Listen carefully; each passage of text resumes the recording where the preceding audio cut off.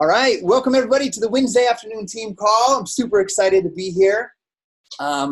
Summer is officially over, kids are back in school, and we haven't really had a super strict routine of team calls. We've been hopping on Brigida's team calls, Keisha's team calls. Here's a great thing I learned here and sharing it in the team page. So it's good to be back and live. I'll be looking forward to these to help make it through 9 months of Idaho winter, being with you guys. So I'm super excited. A couple announcements I want to go over real quick. We have a team retreat. It's all the way booked out. I know Ashlyn and Sean are on here. They're booked to go with us. We did it in correlation with a Super Saturday event, a Super Weekend event, where Carl Deichler will be visiting Salt Lake City. So what we did is we rented a big house, game rooms, all kinds of fun stuff. There's going to be 17 of us there. We rented indoor surf flow rider machine. So we're going to go do some activities to get people out of their comfort zones and then do some goal setting and how to finish the quarter strong activities inside of that retreat. So super fun event that we're going to be doing. That reminds me to tell you guys to mark your calendar for your Super Weekend event. What I want you to do, we're working on creating leaders inside of this team. So if you don't know where your Super Saturday event is or your Super Weekend event is, your best resource is going to be www.coachfaq.com. Just go in there and search Super Weekend. There's going to be an FAQ. It's going to tell you the dates, which is November 1st, 2nd, and 3rd, which is a Friday, Saturday, or Sunday. There'll be an interactive map where there's events that have been registered. You find an event near you, and then you go. And if there's not an event near you, you can host your own event. And the last Super Weekend, I want to tell you guys a quick story. I hosted my own Super Weekend event. I totally thought there would be one in St. George, where my family was for a summer vacation. There wasn't one. And 3 days before the event, I was like, you know what? I'm just not going to do it this time. I was like, no, I can't do that. I've never missed a Super Weekend event. And I registered it. I asked around the local Utah coaches page, even outside of our team, who could come. I got like 7 people who said they were going to come. I booked a room in a grocery store, like a conference room in the upstairs. And guess what? Nobody came. But I hosted the event on a big TV, and I got creative. I set up a live video, and I just streamed that live in my challenge group. And my coaches, or my challengers and my customers, were able to see what the Team Beachbody Coach opportunity was, because that was what was called the Coach Open House. So make sure you get to your local Super Weekend event. One thing you're going to learn as a coach is you should never ask somebody to do something that you're not willing to do yourself. That's going to Super Weekend events, doing programs from start to finish, using the products, going to Summit. So get in a habit of going to those things and doing everything that you would want your coaches to do so that they are successful in their journey. The next thing is we have a new coach onboarding system. They've done away with the first 30, and they've done away with the Coach Basics videos. Inside the coach office now, all there is 5 videos in the coach training. It's like 28 minutes, 23 to 28 minutes. I can't remember the total. Super simple, step-by-step on how to get coach started and help their first customers. So make sure you go through that yourself so that you know what you're sending your new coaches through as you onboard and start a new coach. I'm also every single month running a new coach training group. I just finished one. We used the book, The Slight Edge, for the first 2 groups I did, one of them in August, one in September. I'm going to run my next group. I'm just trying things out. I'm going to run it with the book by Keith Callahan called Build to Last. And I'm going to do my next group starting the 7th is the pre-week, and we start day 1 of reading on the 14th. So what I want you guys to know about that is you're always welcome to join in with me on that or bring your new coaches with you. So that's the starting date. Just send me a private message if you want to be a part of that.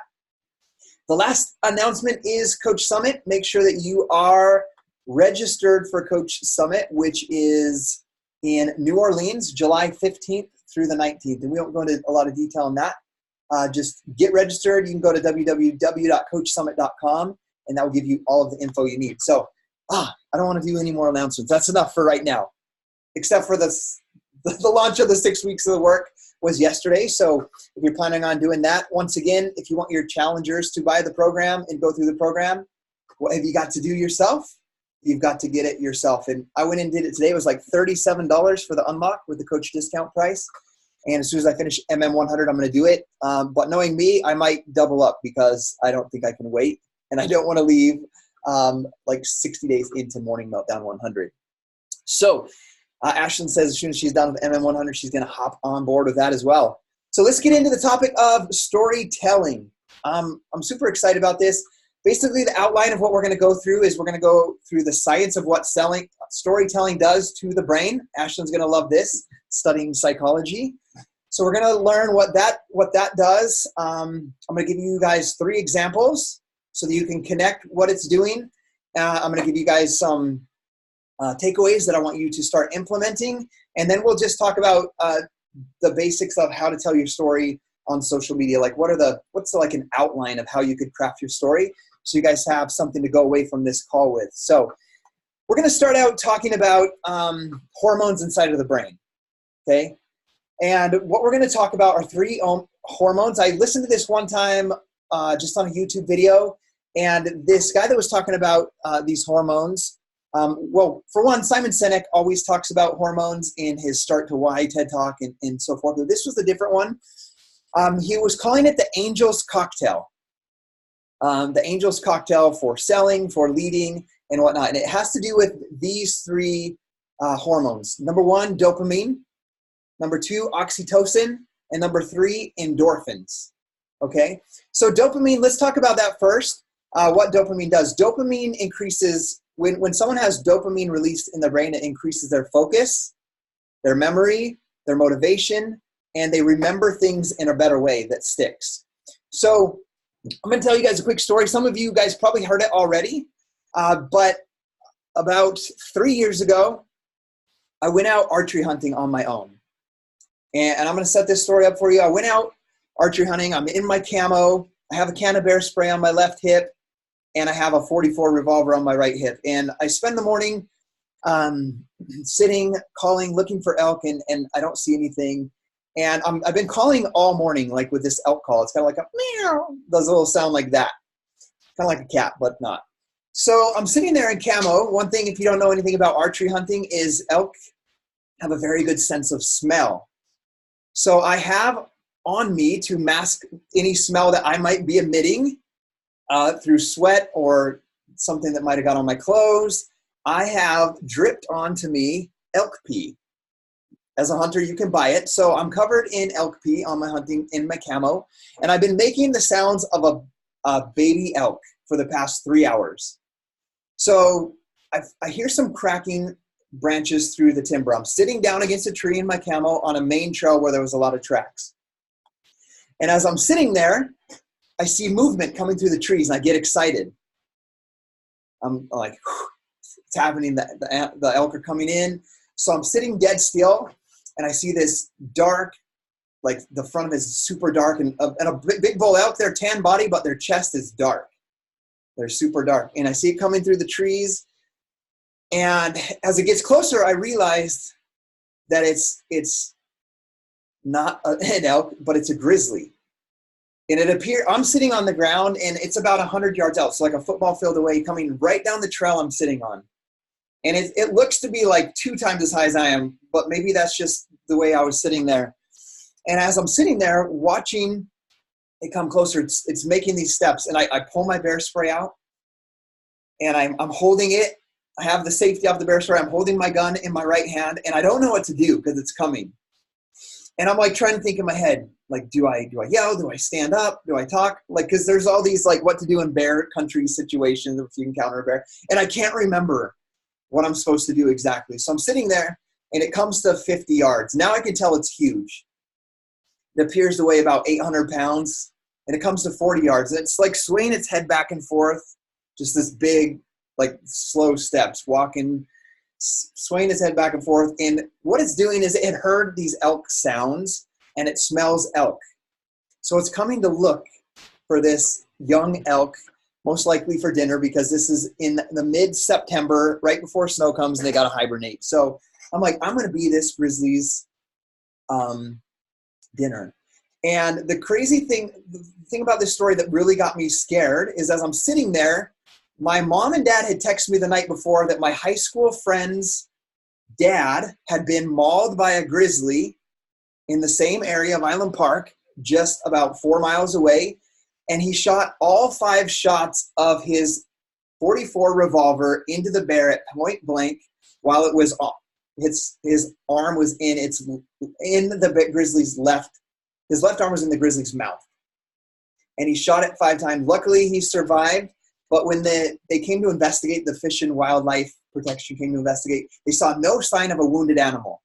Now here I am with the grizzly coming towards me at 40 yards with a .44 handgun, the same one that guy used that didn't appear to do anything to that bear. And I'm like, what do I do? And I think about my kids. I think about my wife. I think about the movie The Revenant that I had watched before, if you'd ever seen that before. And it gets to about 30 yards, and I have to make a decision because grizzlies are super fast. And in that moment, I'm like, if I startle it, it will be on me in less than a second. I'll have like 1 second to react, spray, shoot, and try to survive this attack. And it gets to 30 yards, and I just decide to slowly stand up, and I just start talking to it like a human. I'm like, hey, there. And it walks off. Okay? So it walks off, and I'm scared out of my mind. I go completely the opposite. The bear went the direction of my truck, so I didn't want to walk back to my truck. I went completely the opposite way, like 3 miles instead of the like 400 yards to my truck, and I hitchhiked back to my car because I was so scared to walk through that. So I go back. I get I go home. I buy a big handgun. It cost the new handgun cost me $1,200. It was a .50 caliber pistol. I'm like, there's no way I'm going to take the biggest thing I can ever possibly have in case I run into something like that again. So I have that. I go back out, but I make a decision. I'm not going to hunt again alone. So I go with my dad and my best friend. We're in the same area. We're sitting on the ground. This is 3 days later. 2 days have passed. It's the third day. My friend is right here, sitting behind some logs that we stacked up. My dad's over here. They're like 100 yards apart. I'm like 100 yards apart in like a triangle shape. And I'm sitting in the grass next to this dead tree, so it kind of hides me. And we're calling, all 3 of us there. And all of a sudden, I hear, it's like 7:30 in the morning. It's been light for like 45 minutes. I hear my friend yell as loud as he can, "Get out of here, bear, go!"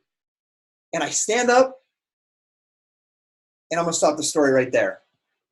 Okay, so dopamine, as I'm telling this story, dopamine, do you guys feel like you are really focused and thinking about, like, you're really like, what's going to happen? So that's dopamine that is released into your brain, causes you to focus more. It improves your memory, your motivation, and ways to remember things in a better way. And what it does, the basic way to create dopamine in somebody when you're telling a story is to build suspense and then launch a cliffhanger. So I built suspense with this grizzly story, and then I left a cliffhanger, like what happens next. If you heard the story, you know what happens, but you're focused, you're ready to listen, you're ready to engage with what's going to happen next, right? So that's the first one that you want to create is dopamine. Focus, memory, motivation, and people are going to remember things better, and it builds that suspense. Okay, that's the first one you need to think about when you're doing storytelling. The second one is oxytocin.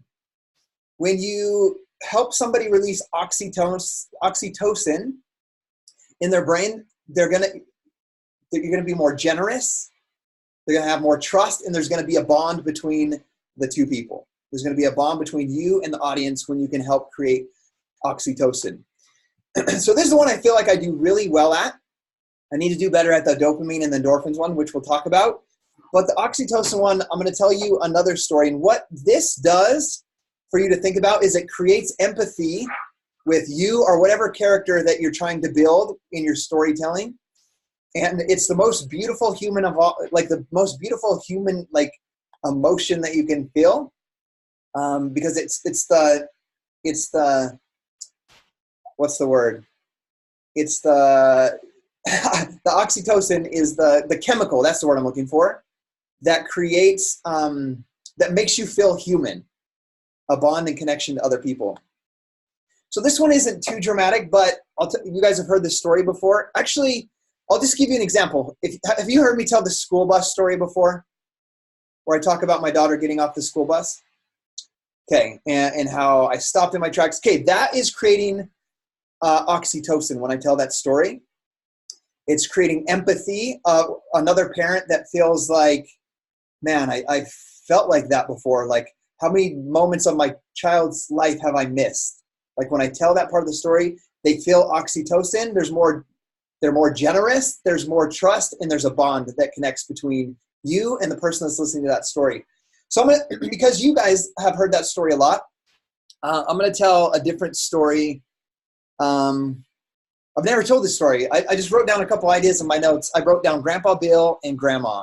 So I'm gonna tell a story. I don't even know where it's gonna go, but I'm just gonna practice, because that's what you guys are gonna do as you come out of this, is just practice telling your stories. So I remember I was in this area of Venezuela on my mission, and I had chosen to go serve the church and invite people to come check out the church and to learn about the gospel. And so as a 19-year-old kid, I left my family. I went on my own to Venezuela. I had to learn Spanish, like Ashlyn's learning right now, and I had to learn how to knock on doors, meet people, talk to people. And I'm out there doing that, and I'm with people that I'm just meeting, living with them as companions. So I'm kind of alone, right? And my whole life I grew up, my best friends, I had a couple of best friends, but my true best friends were my dad and my Grandpa Bill. Like, they got me in the outdoors and hunting from when I was a little kid. They would take me, even though I couldn't hunt yet, they would take me. I would camp with them in the trailer. I would hike with them. And so we had this really strong bond. We also would get up at 3 a.m. to go fishing on a lake in Island Park ever since I was little. And they're my favorite memories. Like, when I think of when I was a kid, I was like, I don't remember anything except for like fishing on Henry's Lake, camping in a tent, and my dad and my grandpa grilling food in the camper, and us playing cards at night. And so I had this really strong bond with my dad and my grandfather. And so I go on my mission, and I'm about halfway through. So I'm about 20 years old, and I get a phone call from the president of the mission, and they say that I need to talk with my parents on the phone. I'm like, what? This isn't normal. Because at the time, you only got to call your parents on Mother's Day and on Christmas. So I'm like, what is this all about? So I get on the phone, and they tell me that my grandfather, Bill, had passed away. They had leukemia, and that he passed away in his sleep. And I remember when I hung up the phone, like, I just dropped to the floor. Like, I didn't even walk anywhere. The phone just dropped, and I just sobbed. And I literally crawled to the balcony in this third world country, and I just sat there with my hands, my head, my face in my hands, and I just cried. Like, why? Like, why? I'm here serving a mission for you, God. Like, why did you take my best friend? And I was devastated because I looked forward to many more years with him. He was only in his late 60s when I left, so thought he had a lot more life, and we'd have a lot more experiences when I got back. And so I couldn't imagine what life would be like when I got back from my mission, like without my grandpa. And he was the funniest person that I knew, and one of my best friends. So I just remember making a promise at that time, like, I'm going to be the best person I can. I'm going to do everything I can to make you proud.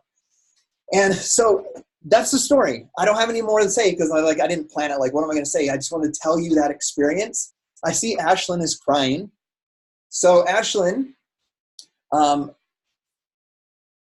the chemical oxytocin is flowing through Ashlyn right now, where she's feeling this trust or this bond or connection with what we went through. And I'm going to do, Ashlyn, is it okay if I unmuted you? Okay. It's not working. Can you try to unmute? Yep. Can you hear me? Oh, there you go. So, Ashlyn, what are you feeling? Like, what did you think about? Well, when you were talking about the fishing and the campfire and all that, I have memories with my dad when I was little, and my dad's going in for brain surgery tomorrow, and so that's definitely something that's kind of scary, because it's like brain surgery, you never know, there could be a complication, and so there's a lot I can relate to, and it also is stirring up some like memories and feelings, and so Well, thank you for sharing that. We will all pray and wish the best for him in his surgery tomorrow. And keep thank us up to date as a team. Let us know what's going on or what you need. thank you. Okay, so that's what storytelling is going to do when you use what he called the angel's cocktail. When you release these endorphins, this one in particular, which is oxytocin, you're going to have more trust, bond, and be more generous. So, like, I'm just going to say that, like, this is how I feel, and I'm sure Sean feels like this. Anybody that watches this, you're going to have this desire right now to be thinking about Ashlyn, reaching out to Ashlyn, see what Ashlyn might need. See how it makes you more generous in that aspect? And so that's what that will do when you are connecting with people in that sort of way. Okay, the next one we're going to talk about, the third one in this angel's cocktail, is endorphins. Okay? Endorphins is, like, how do you create endorphins? Endorphins are like created when you make people laugh. Like, if you make people laugh, that's endorphins, that really good feeling. And when you release endorphins, you become more creative. You're also more focused, and you're more relaxed. Okay? So you're more relaxed, you're more creative, and you are more focused. How many of you would move further towards your goals if you could feel all three of those more often? Heck, I know I could. And I'm going to tell you guys, I'm going to be vulnerable with you guys a little bit when we go to the opposite side of the spectrum of these three chemicals of what can happen. But I'm going to just use an example. I have to work on, I currently struggle with and need to work on being funny. But if you'll see my social media, one thing that I've worked on doing is, like, I'm always writing these posts that connect people with oxytocin. School bus story, April 11th and the birth of my daughter. All of these things where I'm connecting with people like that. But I had been struggling with endorphins, like making people laugh, which is going to let their guard down, help them feel more focused, more relaxed, and more creative in their thinking. So the small thing that I'm making steps forward in that is, like, if you look at my branding on social media, on Instagram, I do a quote. Every, like, third picture is a quote. So what I've worked on doing is just finding things that make me laugh and then recreating it in my own style so I can make other people laugh.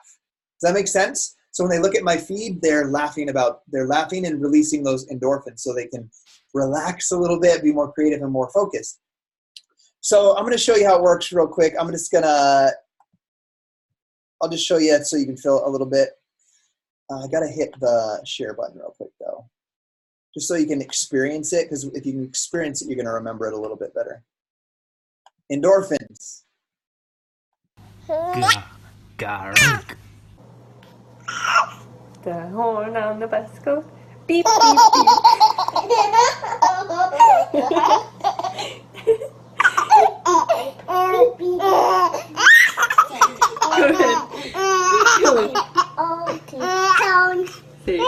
Beep, beep, beep.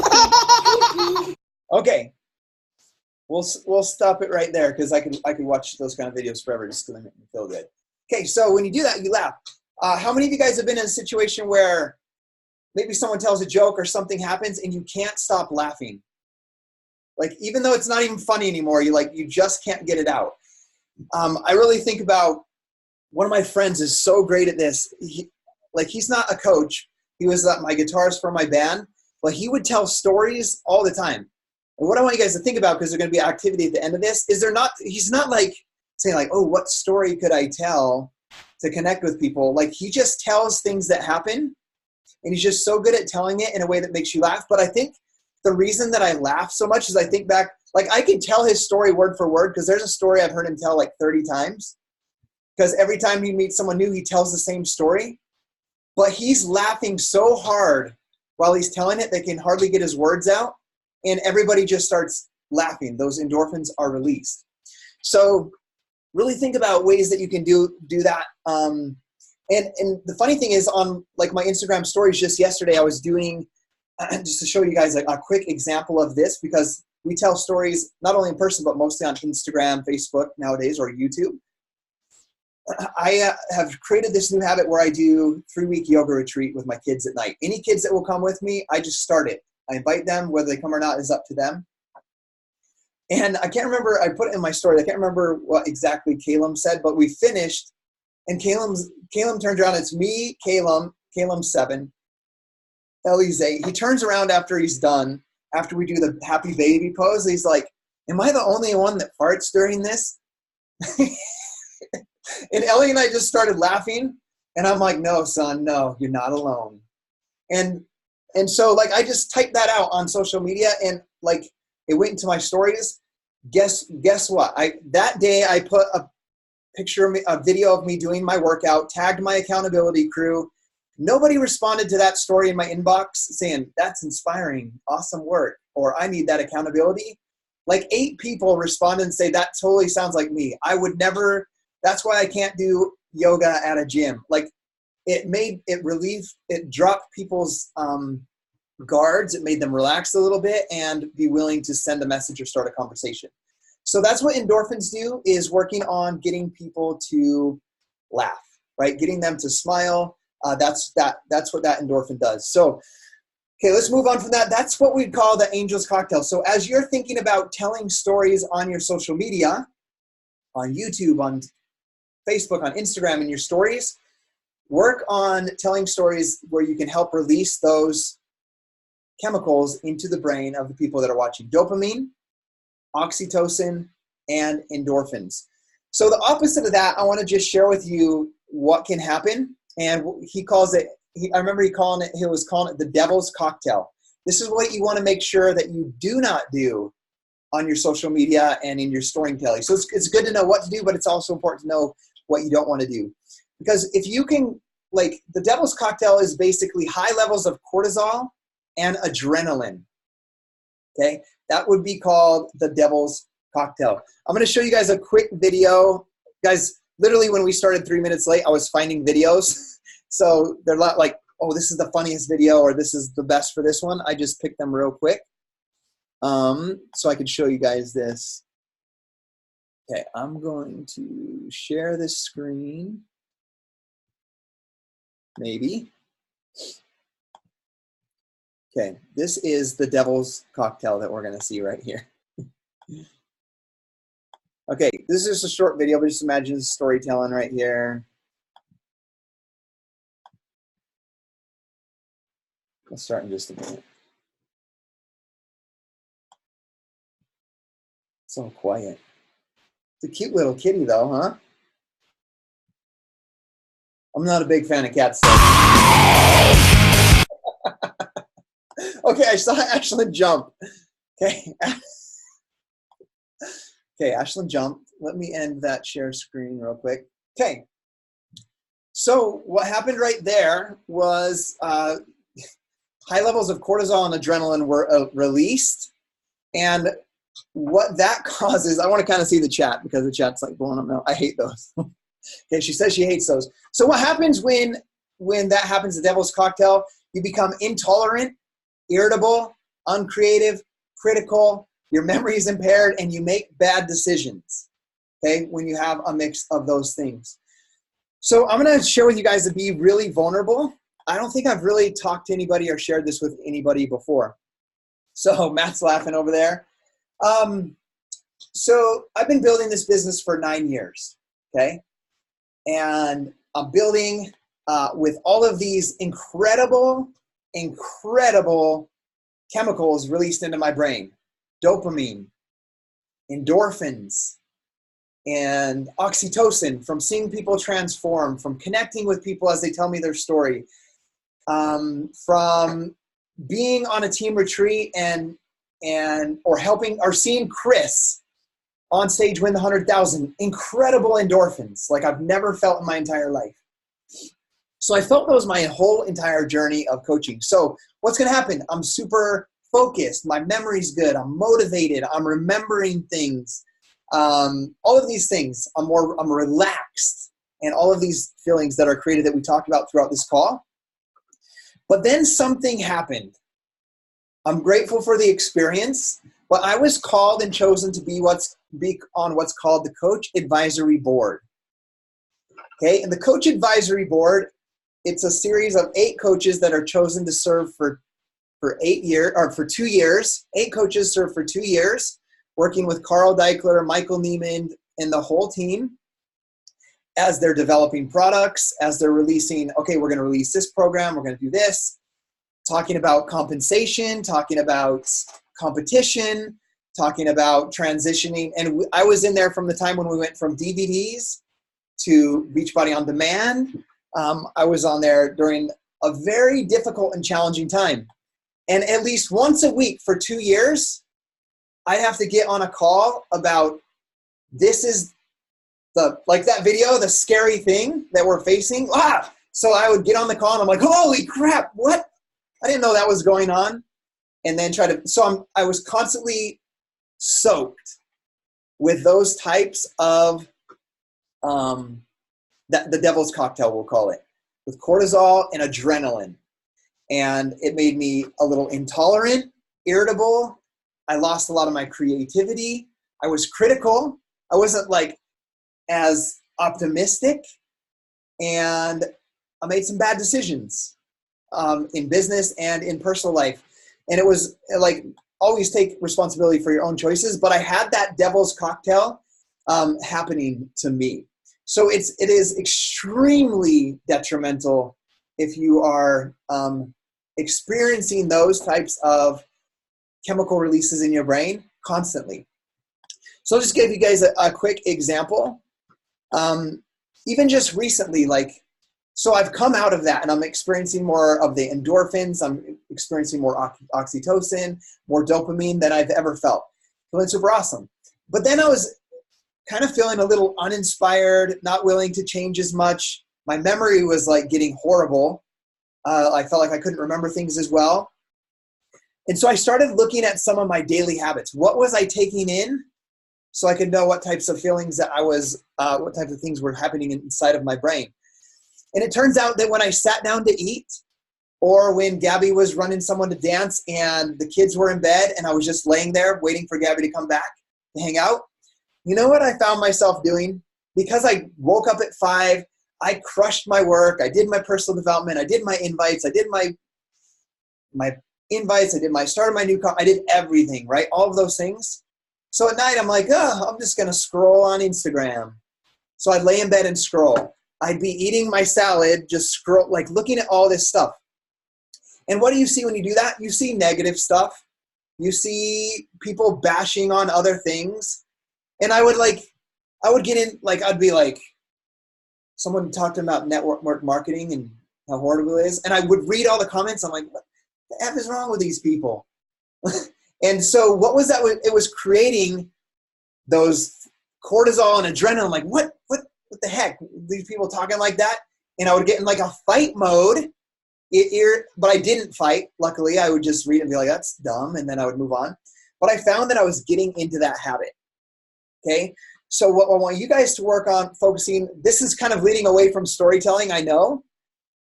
But in order for you to achieve your goals and go after your dreams, you're going to have to first work on creating dopamine, oxytocin, and endorphins in your own life. And then work on telling stories on your social media and in your personal engagements with people to create that in other people so that they can connect with you, have the trust, be open and willing to change. And it's going to make all of the difference. I can promise you that. So I'm going to have a couple, there's 3 things I want you guys to do, and then we'll kind of help you guys craft a story. 3 things. First of all, you don't have to be me or Lindsay Matway, or Brigitte Linford is incredible at telling stories. You don't have to be them. You don't have to be a bearded old man with a cigar or a pipe rocking in front, looking like an old wise man walking in front of a fireplace, like telling a story to like 30 kids. You don't have to be that. That's the first thing. You have stories. So that's number 1. Number 2, leads from that. You have stories in your life, and I want you to write them down. And there's 3 to 4 times more stories than you think you have. So number 2 is write those stories down. Number 1, remember you have stories. Number 2, write down these stories. And number 3, index these stories. So what stories make people laugh? Because that's going to create endorphins. Which stories make people feel empathy and connection to you? That's going to be the oxytocin. So I want you guys to think about those. Okay, and then the next thing I want to talk about is when you go into tell a story on Instagram stories, or you're going to write a post and put it up on Facebook or Instagram, or you're going to put up your camera and you're going to do a YouTube video and give them the real authentic you from the heart. What I want you to do before you go into that video is or that post is know what the desired outcome is. What do you want that person to feel? So when you do that, pick a story that will give you the desired outcome or feeling that you want that person to have. That makes sense? So pick the desired outcome or feeling that you want your audience or that person, your tribe, that you want them to feel or experience upon reading that story. So that's going to be some of the science and the magic to storytelling, okay? As we saw with the example of Ashlyn on this call live, when I talked about my grandpa and camping and fires and all of that fishing, she thought about her dad and those experiences, and it created those feelings, okay? So there was a connection and a bond, okay? So the same thing happens, guys, just to give you, I'm not going to tell these stories over and over. When I tell the story about April 11th, 2011, when I say I was sitting there, I went through all the bills from the birth of my third daughter, Alina. And as I looked at them and totaled it up, and it came to $3,800, and I'm already working 12-hour days. My wife is working nights. Our kids are at a babysitter in between our shifts. And we're still paycheck to paycheck. And I look at these $3,800 worth of bills and my Blue Cross statement, and I felt this overwhelming feeling like the weight of the world was on my shoulders. I felt like my cubicle was spinning. So I tell people that story, and then I ask them, what makes you feel like that? Because almost all of them, just like Ashlyn did, just nodded. Or like Sean did a little bit, take a deep breath, like. And I just ask them, what makes you feel like that? What are the things that cause you to feel like that? So the important thing about telling the stories like that is it's going to get people to think about their own life, right? Because if you're just constantly putting like before after pictures and saying you get 20 to 30 minute workouts, you get a simple meal plan to follow, you get me to check in with you once a week, you get all of these things, they're just facts that they can get from almost anywhere. But when you tell the story, you release those chemicals inside of their brain that create trust, that create empathy and a connection between you and them, and then the desire to then go forward and do something with it. I'm going to tell you guys one other quick example of a story. It's not really a story, but I talk about my goal of owning 5 vacation homes and completely paying them off. But then I tie the reason behind that is I tell them I have 5 kids, and I want these kids, and so the story part is right here. I want my kids, as they grow up through life, I'm going to teach them to read personal development books. I'm going to teach them to take care of their health. I'm going to teach them to believe in themselves. So when it's time for them to graduate and go off to school or on their missions, I'm building and working towards these goals because I want these homes to be paid for and teach them how to manage them like a business and earn income from them so that they can pay for their schooling, pay for their missions, or go do a job that they actually love, even if it pays a little or not very much in the beginning, and they can survive with what they earn from that vacation home rental. And you know what's funny? My most recent coach that I signed up that went diamond the fastest called me and said, hey, I listened to your video on YouTube about your goal for a vacation home with your kids, and that's kind of along the lines of what I want my life to look like and how I want to raise my kids. And do you know what she said to me? I want to help you do that. And I'm going to work hard on this business for me and my kids, but it's going to help you as well. So when she listened to that story, she thought about her kids. Do I have a plan to help my kids achieve what they want to do? Am I set up for that? And she saw the connection between Beachbody and that, and it created the trust and the empathy, let's say, for her to reach out to me and say, I'm going to do this with you. I will help you achieve that goal, but I also know it's going to help me as well. So you see how these stories these different stories will help you connect with your right type of tribe. Now, I want you guys to understand this. On the other side, you could be completely afraid to say, well, I know people that struggle even to pay their house right now. How could I say I want to own 5 homes? Does that make sense? You can live in that, let's say that fear, that thought. But if you're going to build a business and attract the tribe that's going to work as hard as you want to work towards your goals, you can't be afraid that you might offend somebody. Does that make sense? So be true and authentic to what it is that you desire, what it is you want to accomplish, and just being true in your stories. So I'm going to give you guys 3 questions real quick to help you kind of craft your story, at least with Beachbody. But then remember, there's all types of stories that you could tell, like the school bus story, or the April 11th, the day I signed up story, or the story of my grandfather, or Ashlyn can talk about the story of her father and how she feels, whether it's right now or tomorrow as he goes into it, or a year later, whatever the outcome is with that story. But the important thing is you tell those stories and then invite people with you. So the basics of storytelling are, number 1, this is how I was feeling or what I was going through. Number 2, this is how it's changed my life or transformed my life. This is how things are different or better. And then number 3, this is why I want to help you or help other people. This is the reason behind what I'm doing.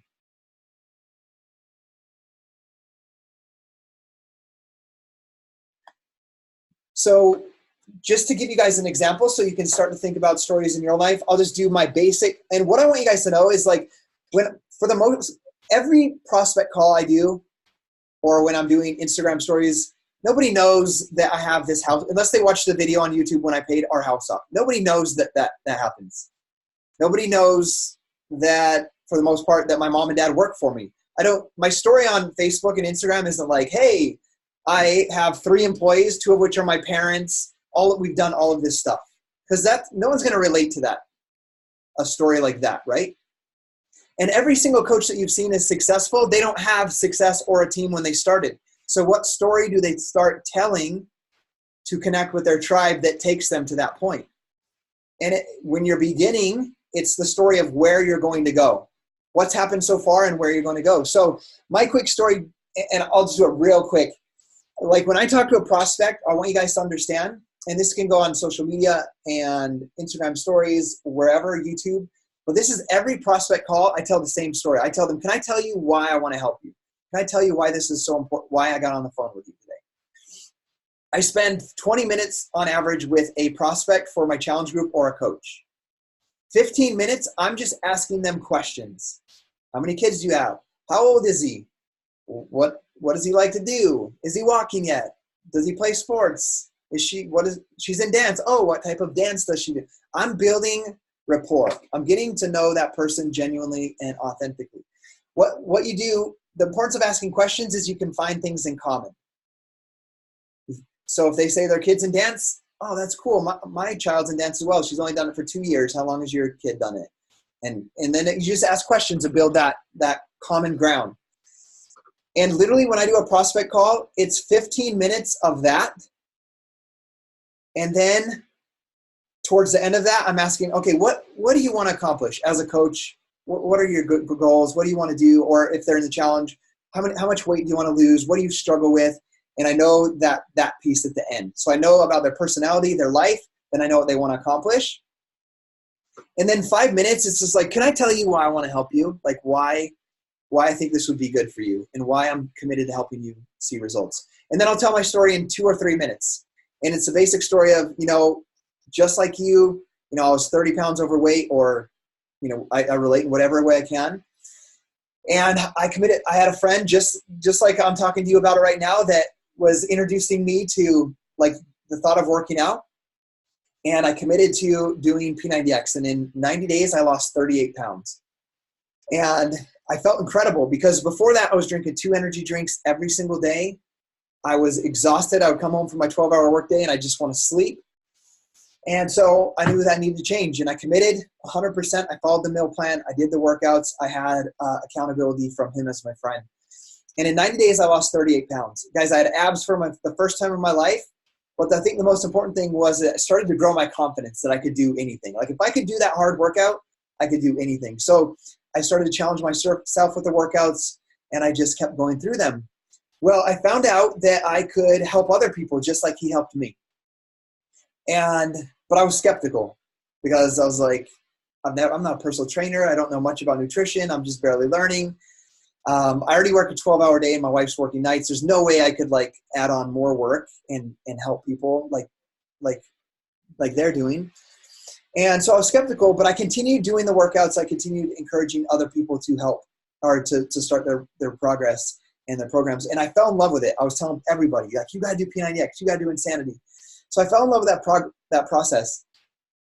But then I was about a year into that journey of doing the workouts and following nutrition and gaining confidence. And we had our birth of my third daughter, Ellie. And it was super exciting. My wife comes home from work. She doesn't have paid maternity leave, but she's home to take care of the baby. She's in the hospital. She comes home for a couple of weeks with the baby. And then it's 3 weeks after the birth of Ellie. And like, I have this habit of picking up the mail. Like, our life's so busy. Like, I pick up the mail from our lockbox once a week. And I take it to work a little before 5 a.m. and I sort through it. I throw all the junk mail away in the shipping room. I sort the bills in my lunchbox. And then at lunch, I put them in my spreadsheet and do all that stuff. So that morning, I'm looking through it, and it's like the Blue Cross bill for our insurance. It's a hospital bill, the doctor bill, anesthesiologist bill. There's an ear doctor bill. And I look at it, and I'm like, how am I going to pay this? Like, Gabby's not working. She's just barely going back. We missed her pay for 2 weeks. We're already paycheck to paycheck. It's $3,800. Like, I don't know how we're going to do this. And I felt this heavy weight on my shoulders. I felt like the room started to spin around me, my cubicle. And guys, I went home, and that feeling was still there. And it was like, man, do I got to go back to school?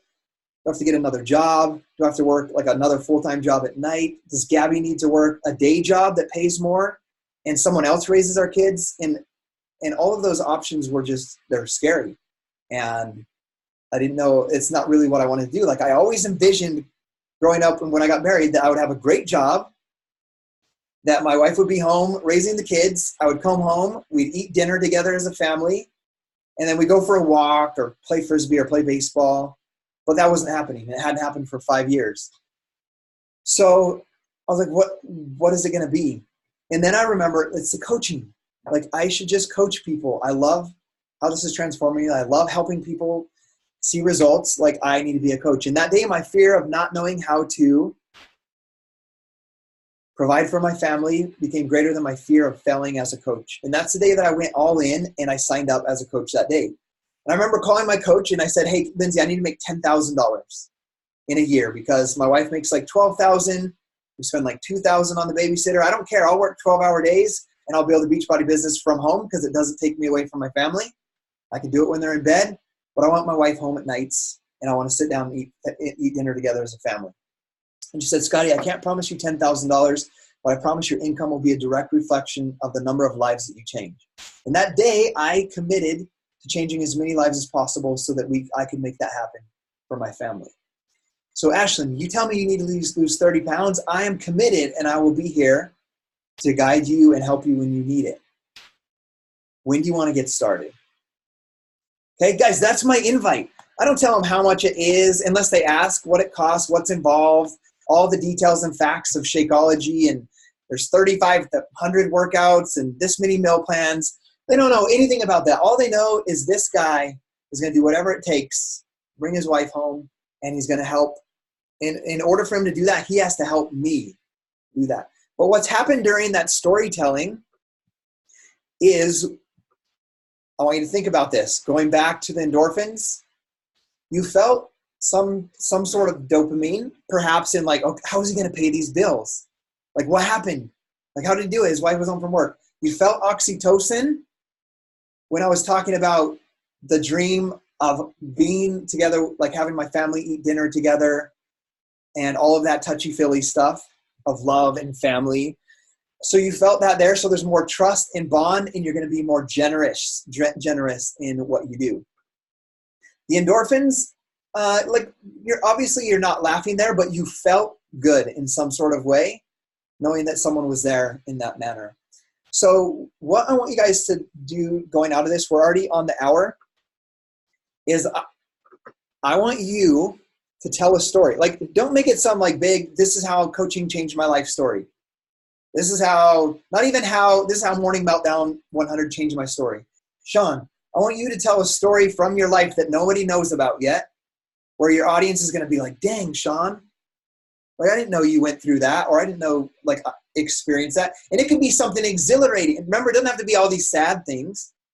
Like, I could tell the same story and create those same chemical releases if I told you step by step how it felt going skydiving for the first time. Does that make sense? I could tell you the grizzly bear hunt. It's not some like sad, I can't pay the bills, I'm overweight, or I have to go to the hospital, whatever it is. It doesn't have to be like that. But I want your takeaway to be, I want you to go, we already said the 3, right? You're going to realize you're a storyteller. You have stories to tell. You're going to write those stories down, start archiving them, and understanding what feeling those stories create in people. What is the outcome of the feeling you want those guys to feel by listening to that story or reading that story? And then today, it's only 1:00 Mountain Time. I want you guys to post a story on social media about something you've experienced. And the goal is not for them to sign up for a challenge pack or anything. It's to have them feel something and connect with you. Okay? Because that's going to be the long-term game. It's not just post something and then people sign up and it's over. So let's start with that. You guys up for that challenge? Raise your hand. Sean, I know you're up for it, my brother. Ashton's up for it. Matt's going to do it. Matt, you got this, man. Let's put it up. And then tag me if you want, or at least text me when it's up, because I want to go read it, because I'm going to feel more connected to you by that as well. And then we'll go from there. Does that sound good?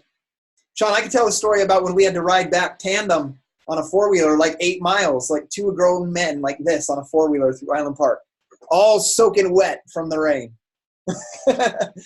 Okay. All right, guys, thanks for being on live. We will connect. I want to see your stories, okay? Tag me, text me, and let me know when it's up, and I'm going to go read it with Gabby tonight instead of scroll Instagram. Okay. See you guys later.